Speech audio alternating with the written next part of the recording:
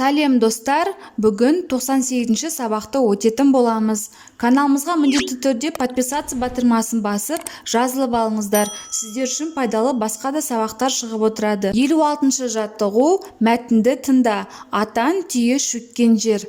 Жасы 80-ге тақаған кезінде Райымбек батыр еліне мені ана тұрған ақ атанға мінгізіп, көштің басын хан тәңірге бұрындар.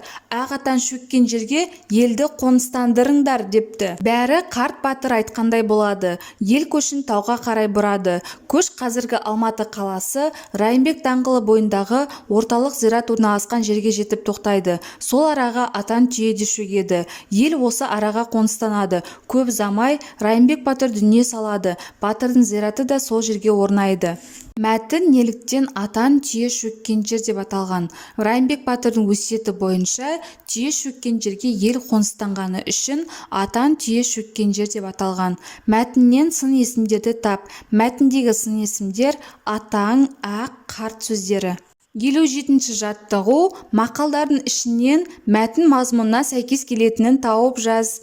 Егіннің жайын еккен білер, ексен егін, ішерсін тегін, сәуір болмай тәуір болмас, отансыз адам ормансыз бұлбұл, айлалы батыр алдырмас, еңбегің қатты болса, татқаның тәтті болар.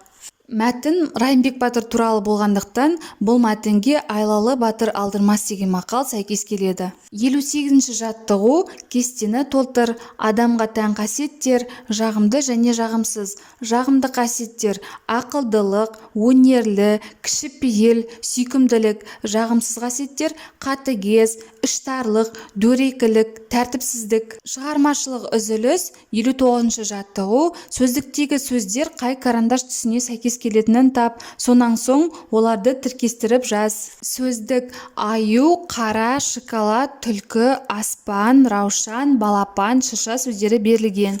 Қоңыр аю, ақ қар, қоңыр шоколад, сары түлкі, көк аспан, қызыл раушан, сары балапан, жасыл шырша. Осымен біздің сабағымыз аяқталды. Каналымыз пайдалы болған болса, міндетті түрде лайк басып, тіркеліп алыңыздар.